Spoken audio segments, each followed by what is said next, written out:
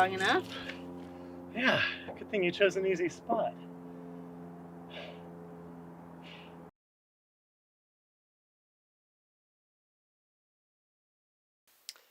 Chapter 32. Thank you, I said to the two that had just helped me. Abraham Lincoln nodded. Good luck. And Anciano said, you're welcome. And as I began to run away, his thoughts came into my mind, Tem Kakara ji. And I thought back, Tem Kakara.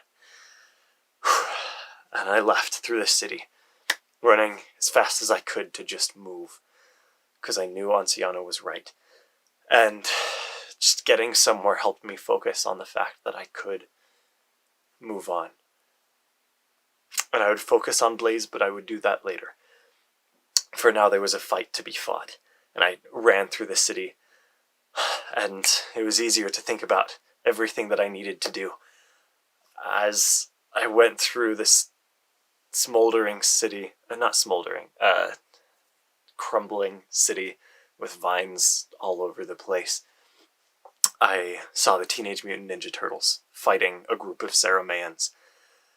They must have been brought over by the Prophithians as well, and they were beating on the Serremeans as only the Ninja Turtles could. I threw myself faster using Crimson's strength and my siren to book it through the streets, and I vaulted over a fallen stone block and threw myself into the middle of the fray, dodging jabs and trying to send them back. They each had a traveling device given to them by the Prophithians, and I tried to use those to send them back, but I couldn't access their world from here. And so I pulled the gate out of my scabbard to take me back to Serremea, and I sent the 5 of us back, leaving the Serremeans there to be taken care of by the rest of my people. And we came through onto the staging grounds, and it took almost all of the focus that I had to just evade all 4 of these guys trying to get me at once. But I managed to leap over Donatello's staff and use Raphael's arm to throw myself out from between the 4 of them. And from here I was able to to send them back through. Raphael was close enough that I was able to use his Traveler and send him through, but keep his traveling device here. And Michelangelo was next. And that gave me enough presence of mind. I could handle 2. 4 was just insane. 2's still insane, but I had Siring, which did a lot. And the other 2 came after me. And Siring, I drew from the energy between the worlds, and I held the 2 in place, counteracting their every movement. And that also took concentration. I hadn't had a lot of experience with that before. I have since. But I managed to hold them in place, enough to step between the 2, pull the travelers off of them, and send them back to their world.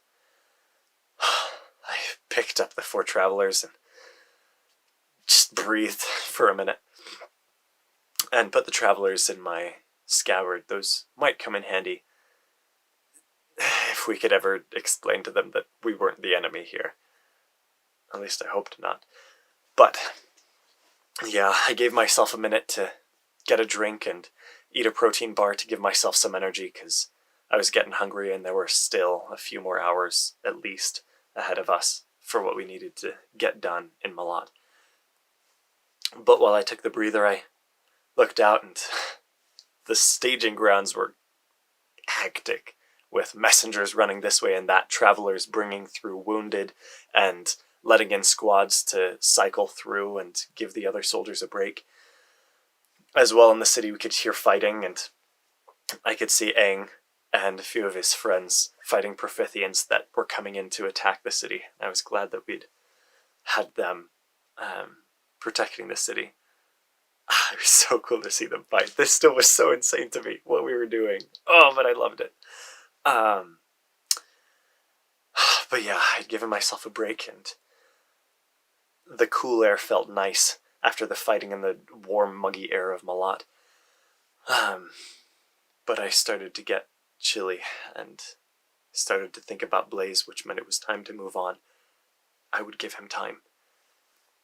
but now I had to take the time for my people.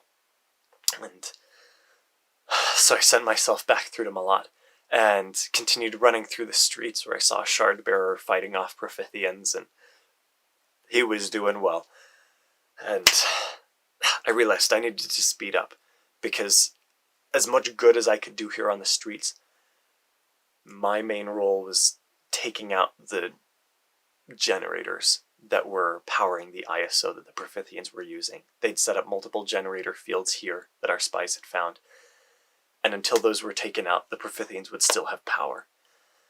So I pulled the broom out of my scabbard and took to the air, flying out to the northwest side of town, back where I had sent Deathwing.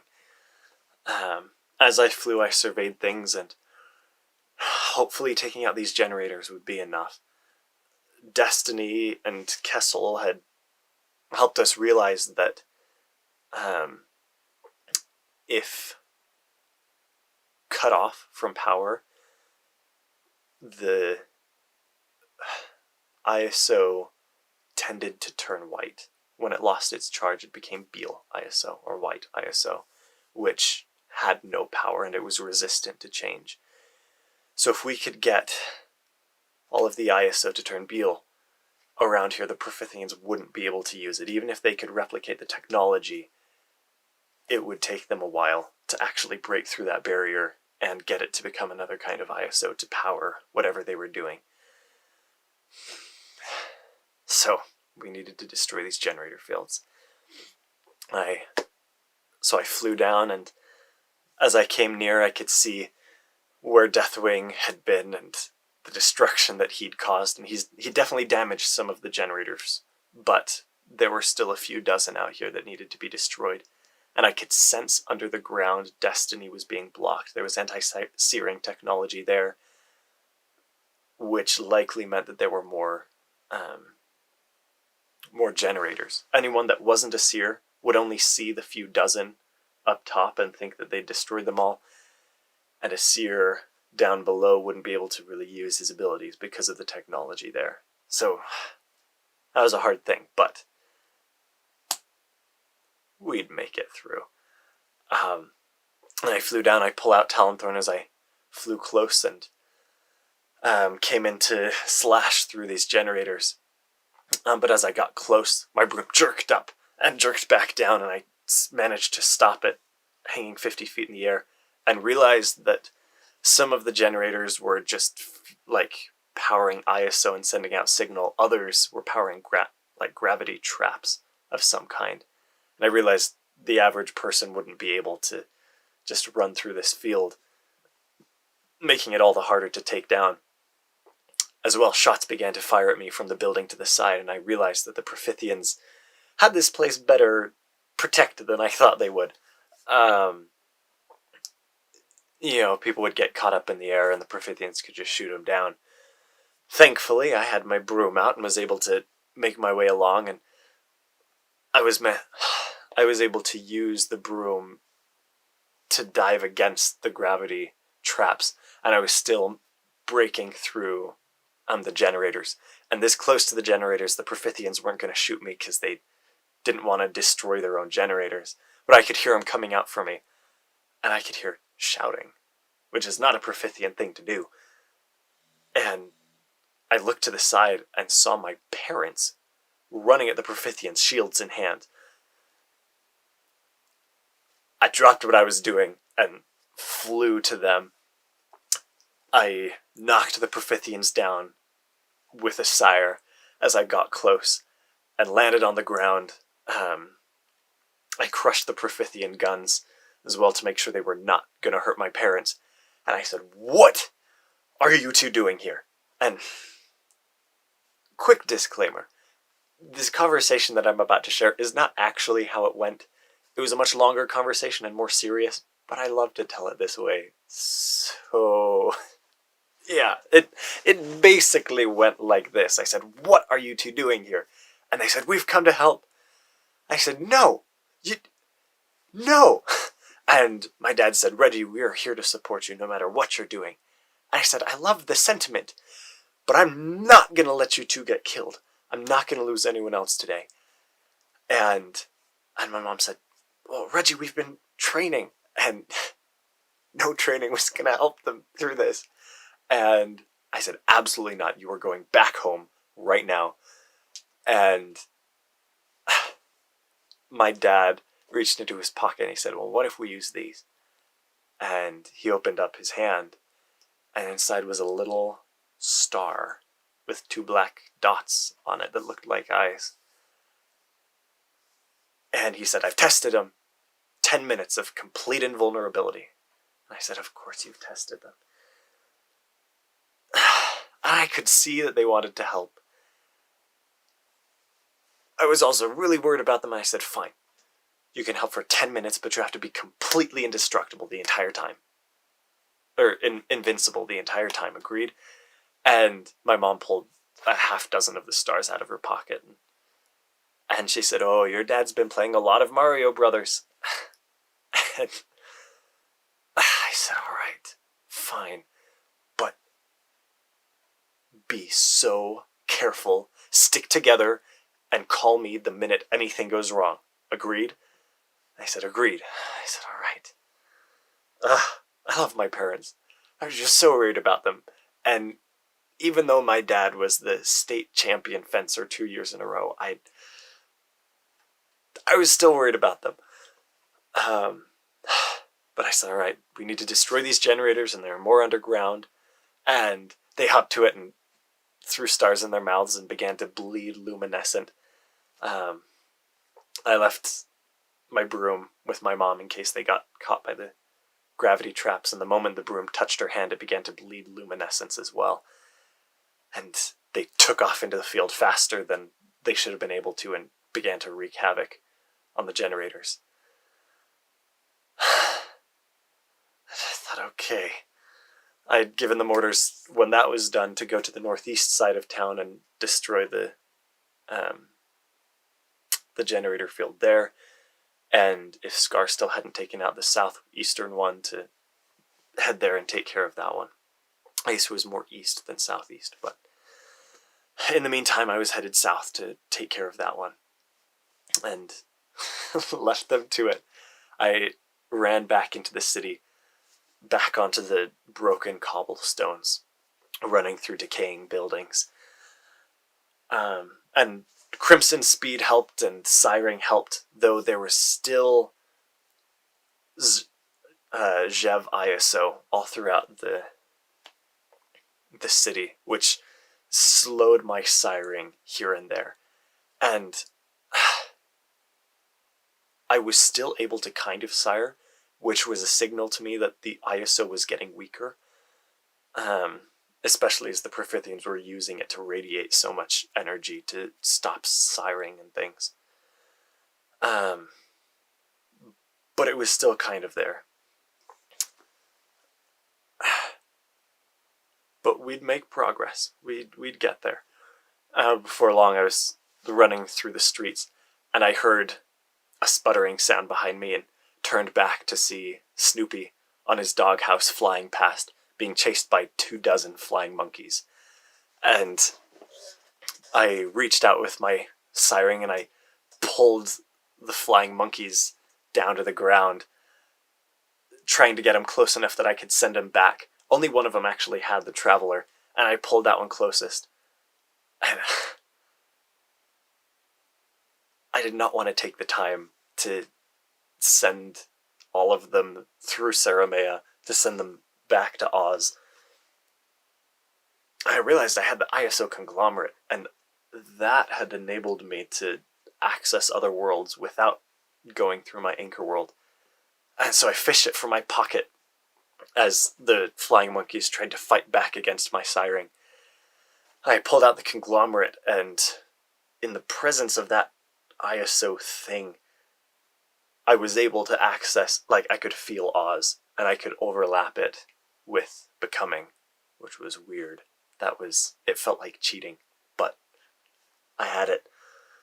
And I used that to send the flying monkeys all back through Oz, leaving the Traveler to drop on the ground, and I put that back in my pocket.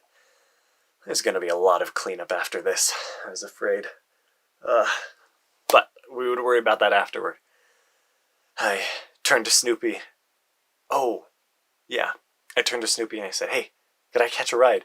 And he landed roughly on the ground, and he had a wrench out, and he was working on the thing. He pulled off black goggles and wiped them clean, and I said, "I gotta get to the south side of town. Can you give me a ride?" And he saluted and hopped back, or he gave his doghouse a few more whacks and then hopped onto it as it sputtered back to life. And I had to jump a little bit to get on as I held on to Snoopy, and he took off faster than I thought he'd be able to go. And I could see, like, there were a few scorch marks where, in the sighting, where the Profithians had shot through the Zellans. But he seemed to be doing fine, which was good. I cared about Snoopy. He was a very cute dog. Like, more so than I thought, even. But we took off, and I thought about the flying monkeys. And their presence right now represented a greater threat. As important as the fighting was in weakening the Profithians, the real reason we were here were to shut down their ISO and to cut off their traveling. And the flying monkeys still had a gate with them. And maybe they were just moving around so much that they weren't ever in the vicinity of one of our seers that were going through and destroying all of the gates through the city. But either way, there was a gate that was unaccounted for. And it was the only gate that I could sense in the air. I could tell that this area had already been gone through by the seers. So our plan wasn't working. And again, the prophecy that Ceres, the Sinaife Prophethia, had given worried me. I still didn't know if it was real, if Destiny had sent that. I didn't think that Demise Cry was going to fall, but I didn't know. And I started to worry about our mission. And I reached out to Colferendo, and I could barely hear his voice over the roaring wind. I could tell he was on one of the hover bikes. And he said, "Gee, what's going on?" I said, "That's what I want to know from you. What progress has the Seer Guard made?"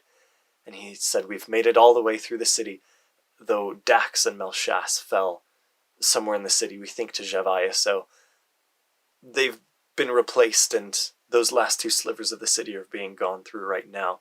The rest of us have made it into the surrounding area, and we're getting the last two settlements." He said Chessa went to find Dax and Melchas, but she couldn't find anything because the Javaioso is still around. As soon as Scar's done with the generator fields, we're going to try again. I said, "All right, thank you." And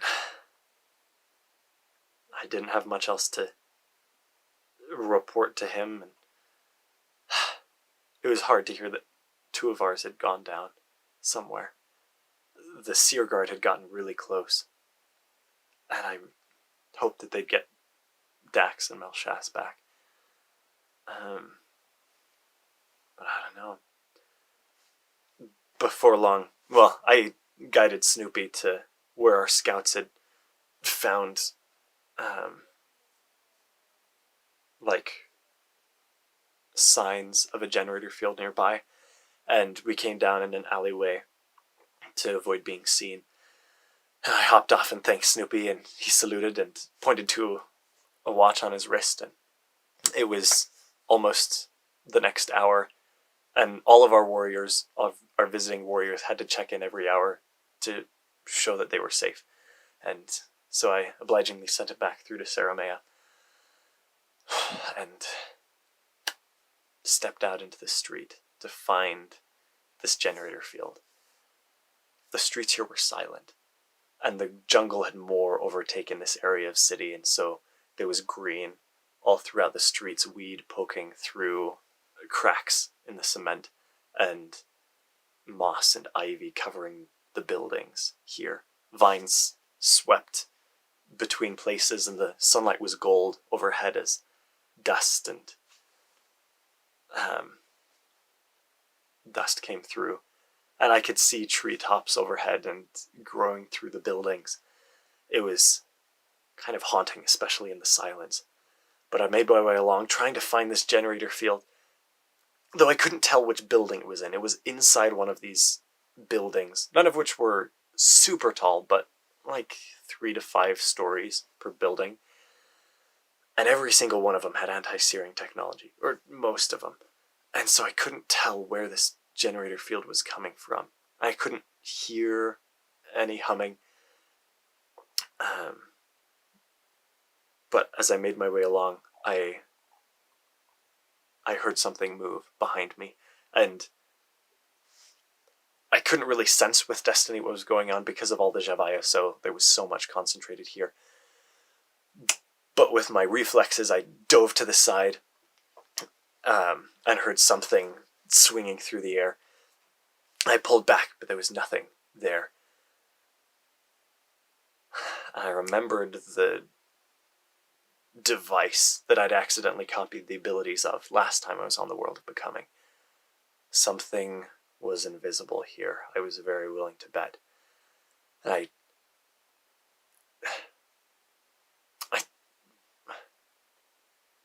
I ran away, and the thing had gone silent, stepping very carefully, and I couldn't quite hear where it was.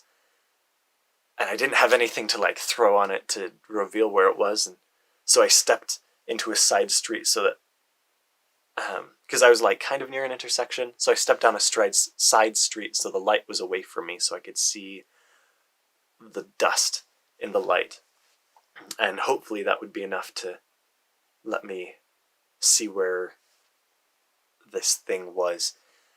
But I still couldn't quite tell, and I heard a noise from behind me and spun, and I could almost vaguely make out a humanoid figure in the dust, but when the dust hit the figure, it turned invisible, and this was not going to work. That much was clear. And I took off toward the intersection again. I could hear the figure taking sprinting steps behind me, and I pulled out Talonthorn at the ready, and at the last moment as I could hear them gaining up on me, I hummed into Feather Life, so I'd be copying abilities, and I reached out and I slashed with Talonthorn, and Talonthorn stopped midair as it hit something. But that same something hit the side of my head, and I was thrown to the ground. I could feel the figure jump on top of me and throw me to the ground, and wrap hands against my throat, long-fingered, 6-fingered hands. And Talonthorn fell from my grasp as I tried to wrestle with the Prophithian. I was fairly certain at this point that's what it was. But its grasp was very strong. I tried to struggle as the back of my head seared with pain where I'd been thrown back against the ground. And one of the hands left my neck, but the other held on still so strongly, and as I tried to pry it off, Talonthorn disappeared, presumably into the hands of the Prophithian.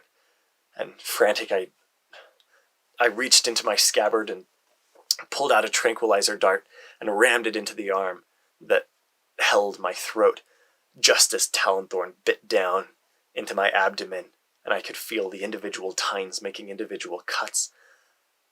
I'd never been cut by Talonthorn before, but it was not pleasant. And my scream came out as a gurgle. As I reached out and grabbed the hand that held Talonthorn, trying to stop him from moving it any further than it already was, I could feel my...